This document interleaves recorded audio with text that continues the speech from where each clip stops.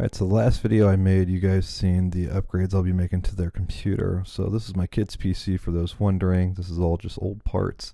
Intel 6850K 6-core processor, 32 gigabytes of RAM of 2400 megahertz.